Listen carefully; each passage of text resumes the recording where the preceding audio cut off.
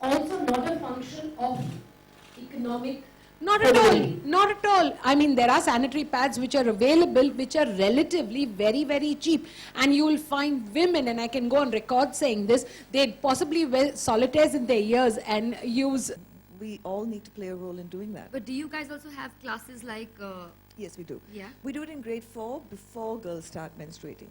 Okay. So that there's, and we do So is it like a sex education class? Or yeah, is it is. It's a sex education class, come awareness of, we call it chupi todo, good touch, bad touch. Yeah. Because a lot of boys and girls don't know good touch, bad touch. In fact, I was looking at something today which said the statistics are 1 out of every 6 boys is sexually molested in some form or the other, and 1 out of every 4 girls. And so you can imagine, and in urban, rural, both. So to bring awareness around what is good touch, bad touch, and then what is the menstrual. So it's just part of it. We're not giving special attention to the menstrual cycle because then you're bringing sort of a taboo in another sense around it. That is just a natural part of growing up. Okay, great. So coming down to hygiene, which is why we're here. Let's just quickly, some tips, some things, or some misconceptions we have. Yeah, about hygiene. Okay, what can we do? How do we educate people? Yeah, so my team has worked on creating focused attention on promoting hygiene, regardless of what people decide to use. And we made an animated film on it called My 3 in 7 languages, which talks about all of it. The biology of it, the myths, the products, how to use, how to dry, all of that.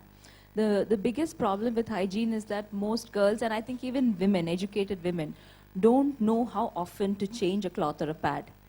And with products coming up with newer versions saying that you can use it for 12 hours and so on, they feel that using one sanitary napkin the whole day, especially if the menstruation is pretty scanty towards the 4th or 5th day, is perfectly fine. And this has been one big thing that needs to change. With school-going girls, especially in rural areas, you see when they use cloth, they're familiar with it because this is something their mothers and grandmothers did. So they would change it frequently.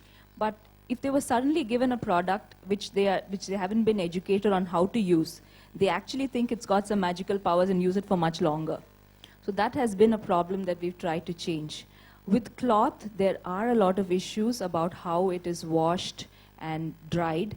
And this is not as much of a problem in rural areas because you have open spaces. Men talk more openly about menstruation in rural areas, so they actually dry it out in the sun. But in urban slums, this is a problem.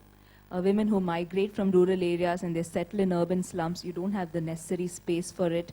And you have a huge cultural conflict from the way it was treated in a village versus the way it is in an urban area.